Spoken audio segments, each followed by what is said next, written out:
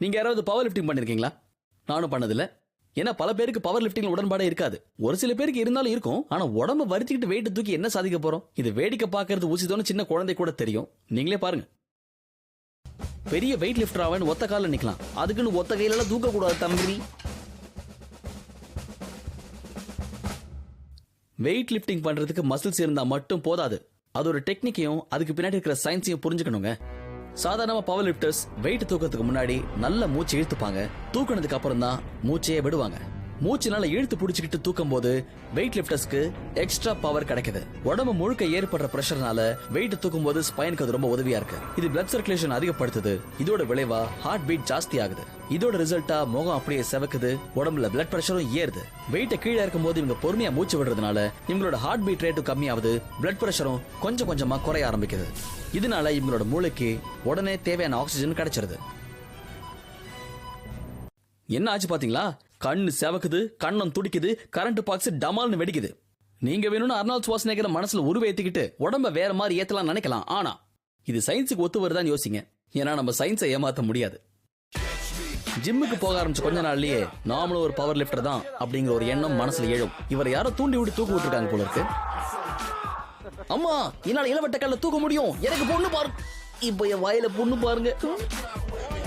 தயார் நிலையில இருக்கிற நம்ம பைல்வான் 300 கிலோவை தூக்குறதுக்கு ரெடி ஆயிட்டாரு. தூக்குறதுக்கு முன்னாடி சின்ன பிரார்த்தனை வேற ஓடுது. இத பிரார்த்தனையே பண்ணாம நான் தூக்குவேன் பின்னாடி இருக்க நக்கலா பாக்குறாரு.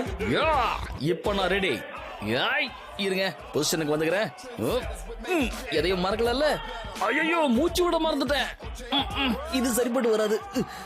மூச்சை விட்டுட்டு அப்புறம் வந்து நான் காம்படிஷன்ல கலந்துக்கிறேன். பிரார்த்தனை பண்றது விட்டுட்டு பிராக்டிஸ் பண்ணிருக்கலாம்.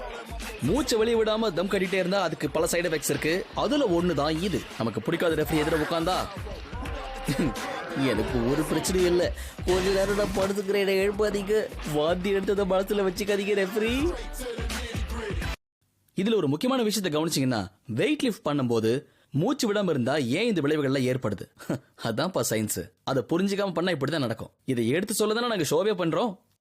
கொஞ்சம் பயாலஜிக்கலா யோசிச்சு பாருங்க. வெயிட்ட தூக்கும் போது உங்க ஹார்ட்ல மட்டும் இல்ல, வயத்திலையும் பிரஷர் அதிகமாகுது. வயிற்றுல எந்த மசில்ஸும் இல்லாதனால இந்த பிரஷரை வயிறால தாங்க முடியாது. இப்படி வெயிட்ட தூக்கி நிற்கும் போது வயிற்றுல பிரஷர் ஜாஸ்தி ஆயிட்டே போகுது. இதோட விளைவா வயிற்றுல இருக்கிற உணவுப் பொருட்கள்லாம் உடனடியா வாய் வழியா வெளியேறிடுது. அந்த நேரத்துல உங்க எதிரியா இருந்தாலும் சரி, ரெஃபரியா இருந்தாலும் சரி. இந்த வீடியோ ஏன்பா என்கிட்ட காமிச்சிங்க? இப்ப நான் எப்படி சாப்பிடுவேன்? இந்த பாடி பில்டர் தனக்கு பிடிக்காத பொருளை சாப்பிட்டாரு போல இருக்கு. அதை வலுக்கட்டாயமா வாய் வழியா வெளியெடுக்க இப்படி முயற்சி பண்றான்னு நினைக்காதீங்க. ஐயா, இது வாயா இல்ல வாட்டர் ஃபால்ஸா? வெயிட் தூக்குறதுக்கு முன்னாடி மூச்சை பிடிச்சி வெயிட் இறக்கும் போது மூச்சு விட்டுருந்தாருன்னா இவருக்கு இந்த நிலைமையே ஏற்பட்டிருக்காது. செய்முறையை தலைகீழ பண்ணதுனால வீட்டுல சாப்பிட்ட டிஃபன்லாம் வாய் வழியா ஓடி வந்துருச்சு. இதுக்கு நம்ம டாக்டரை கூப்பிடுறதா இல்ல பிளம்பரை கூப்பிடுறதா? கன்ஃபியூஷன்.